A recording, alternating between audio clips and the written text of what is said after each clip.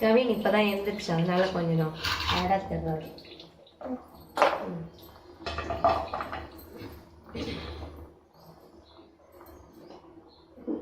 இன்னைக்கு சண்டே இல்லையா, மீன் வாங்கிட்டு வர வெளியே போயிருக்காங்க. அவங்க வர்றதுக்குள்ளே நம்ம வந்து குழம்பு கூட்டி வச்சுட்டா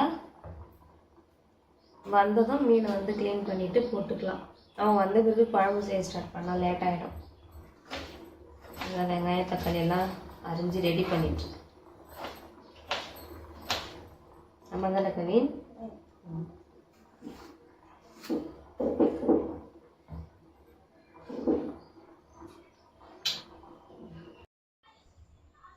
கொஞ்சம் கோல்ட் ஆயிடுச்சு, அதனால வாய்ஸ் ஒரு மாதிரி இருக்கு.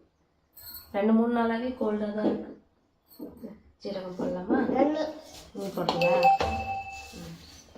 இரு அம்மா எடுத்து தரேன். எவ்வளோன்னு இது கொஞ்சம் இரு.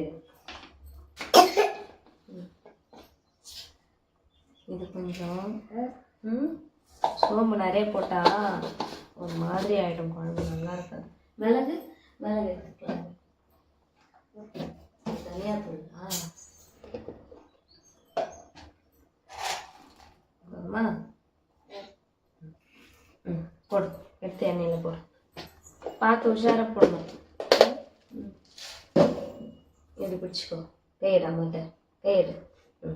இப்படி பிடிச்சிக்கணும் தூரமாக. Very good. எத்தட்டு சரி வச்சிடலாமா? இதையும் வச்சிடலாமா?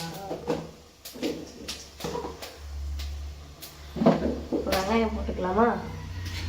நான் போட்டா நீயா? அவ்வளோதான், சூப்பர். தக்காளி இரு, நம்ம தக்காளி தட்டில் எடுத்து தரேன்.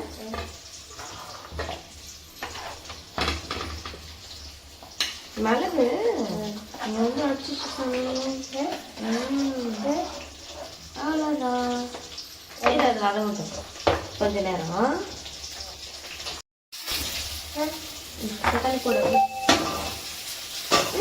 இப்படி பிடிச்சிக்கோ, கையில் எடுக்காத. சரி போடு. அவ்வளோதான், சூப்பர். சாப்பாடு வச்சிடலாம்.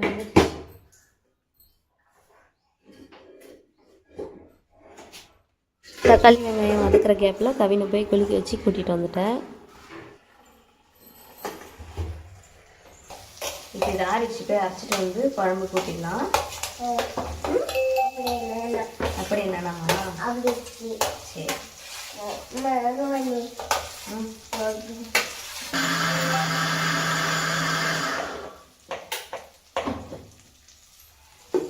அவ்வளோதான். சாமி, நம்ம என்ன குழம்பு வைக்கிறோம்? என்ன குழம்பு வைக்கிறோம்?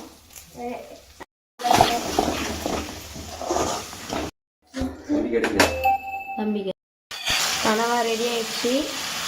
கொஞ்ச நேரம் மசாலா போடணும், அவ்வளோதான்.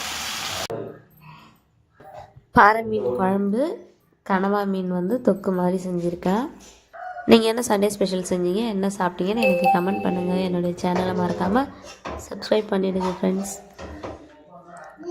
இன்னொரு வீடியோவில் பார்க்கலாம். பாய்ங்க.